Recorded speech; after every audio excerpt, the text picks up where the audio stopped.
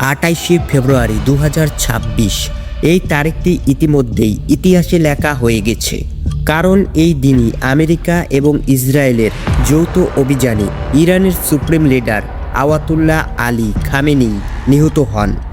Tonight, Donald Trump says Iran's supreme leader is dead. Well, President Trump is now saying that Iran's supreme leader Ayatollah Ali Khamenei is in fact dead. Iranian officials are সাথে সাথেই মধ্যপ্রাচ্যে এমন এক সংঘাতের সূচনা হয় যা বহু বছর ধরেই যেন দোরগোড়ায় দাঁড়িয়ে অপেক্ষা করছিল। তবে এই হামলা হঠাৎ করে ঘটেনি, এর পেছনে ছিল দীর্ঘ সময়ের গোপন প্রস্তুতি, গোয়েন্দার নজরদারি এবং কৌশলগত পরিকল্পনা।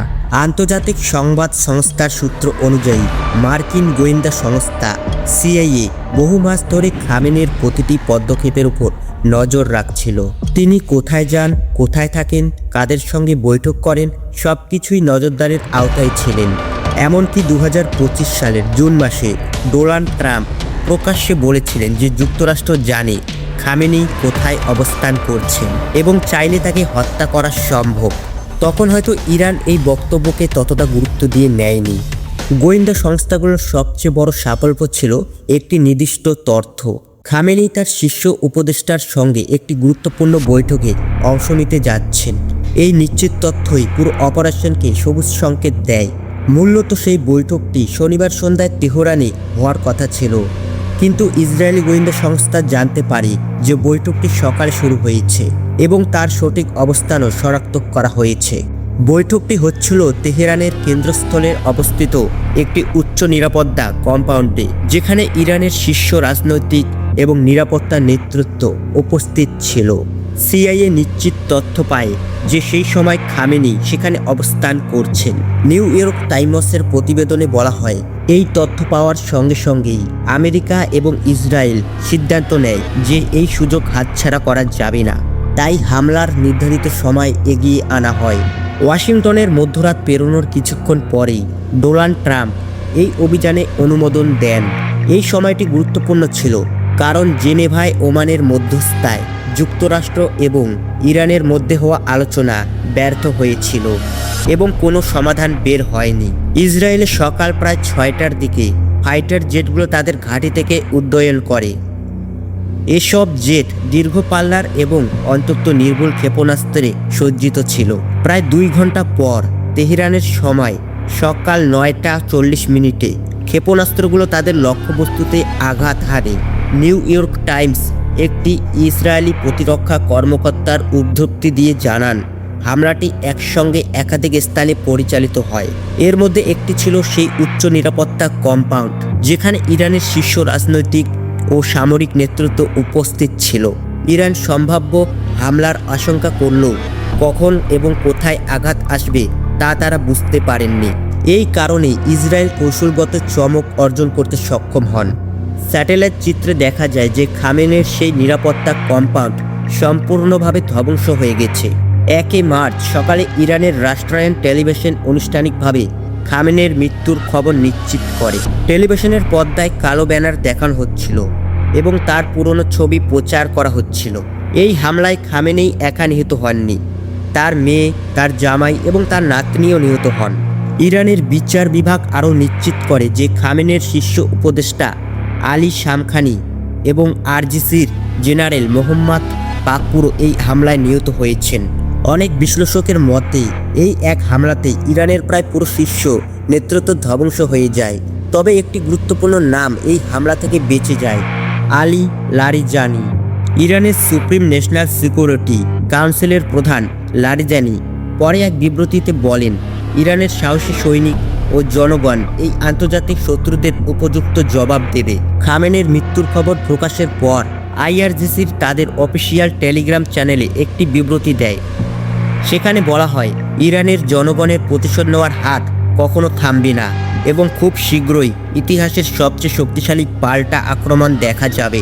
অন্যদিকে ডোনাল্ড ট্রাম্প খামেনিকে ইতিহাসের অন্যতম খারাপ ব্যক্তি বলে উল্লেখ করেন। তিনি তার সামাজিক যোগাযোগ মাধ্যম প্ল্যাটফর্ম টুইটে খামেনির মৃত্যুর ঘোষণা দেন। সিবিএস নিউজকে দেওয়া এক টেলিফোন সাক্ষাৎকারে ট্রাম্প বলেন, ইরানের ভবিষ্যৎ নেতৃত্বের জন্য তাদের কাছে কিছু সম্ভাব্য নাম রয়েছে। তবে তিনি এখনও তা প্রকাশ করবেন না।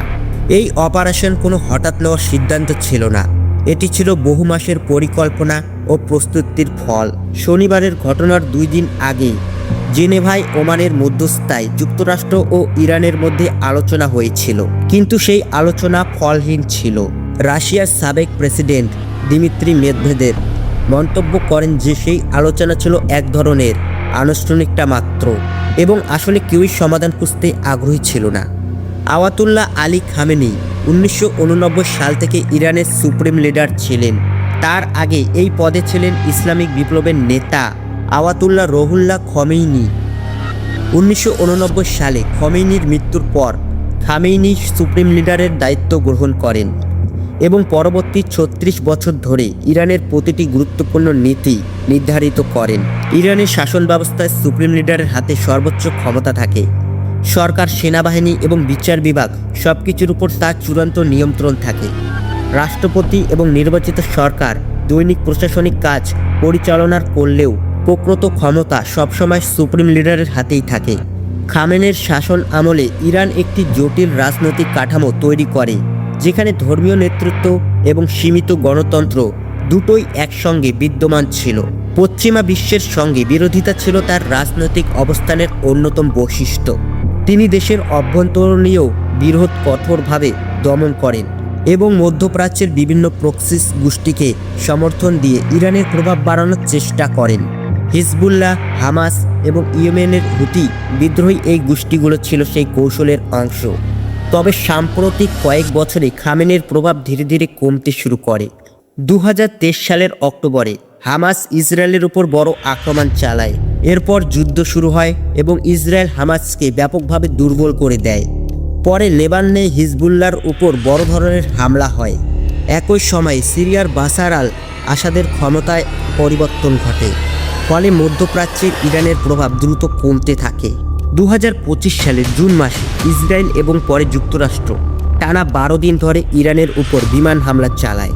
সেই হামলায় আইআরজিসির বেশ কয়েকজন গুরুত্বপূর্ণ কমান্ডো নিহত হন এবং বহু পারমাণবিক ও ক্ষেপণাস্ত্র ঘাঁটি ধ্বংস হয়। এই সময় খামেনিকে আত্মগোপনে যেতে হয়েছিল। এটি ছিল তার 36 বছরের শাসনের সবচেয়ে কঠিন সময়। যুক্তরাষ্ট্র তখন ইরানের কাছে তাদের ব্যালিস্টিক ক্ষেপণাস্ত্র কর্মসূচি বন্ধ করার দাবি জানায়, কিন্তু খামেনি এই বিষয়ে আলোচনা করতেই অস্বীকৃতি জানায়। ইরান এই ক্ষেপণাস্ত্রগুলিকে নিজেদের শেষ প্রতিরক্ষা ব্যবস্থা হিসাবে বিবেচনা করত। 2026 সালেও খামেনি দেশের ভিতরেই প্রবল চাপের মুখে ছিল। মূল্যস্ফীতির বিরুদ্ধে শুরু হওয়া বিক্ষোভ দ্রুত বড় আন্দোলনে পরিণত হয়। মানুষ রাস্তায় নেমে সরকারের বিরুদ্ধে স্লোগান দিতে থাকে। এই আন্দোলন দমনে নিরাপত্তা বাহিনী গুলি চালায়। 1989 সালের বিপ্লবের পর এটিকে সবচেয়ে রক্তক্ষয়ী দমন অভিযান বলা হয়। বাইরে আন্তর্জাতিক চাপ, ভেতরে জনবিক্ষোভ, পারমাণবিক কর্মসূচি নিয়ে বিতর্ক এবং মধ্যপ্রাচ্যে কমতে থাকা প্রভাব সব মিলিয়ে খামেনির শাসন চরম সংকটে পড়েছিল। অবশেষে শনিবার তেহরানের সেই কম্পাউন্ডে যখন ক্ষেপণাস্ত্র আঘাত হানে, তখন একটি দীর্ঘ অধ্যায়ের সমাপ্তি ঘটে। একজন নেতার অধ্যায়, যিনি কয়েক দশক ধরে মধ্যপ্রাচ্যের রাজনীতিকে গভীরভাবে প্রভাবিত করেছিলেন। এখন ইরানের সামনে 3টি সম্ভাব্য পথ রয়েছে। প্রথমত, অ্যাসেম্বলি অব এক্সপার্ট, মানে নতুন কোনো সুপ্রিম লিডার নির্বাচিত করতে পারে। দ্বিতীয়ত, আইআরজিসি সরাসরি ক্ষমতা গ্রহণ করতে পারে। তৃতীয়ত, দেশের বাইরে থেকে কোনো বিরোধী নেতা উঠে আসতে পারে। কোন পথটি শেষ পর্যন্ত বেছে নেওয়া হবে তা নির্ধারিত হবে তেহরানের রাজনৈতিক অঙ্গন থেকে শুরু করে ওয়াশিংটনের কূটনৈতিক দপ্তর পর্যন্ত নানা প্রভাবের মাধ্যমে। তবে একটি বিষয় নিশ্চিত, আয়াতুল্লাহ আলী খামেনির মৃত্যুর পর ইরান আর আগের মতো থাকবে না।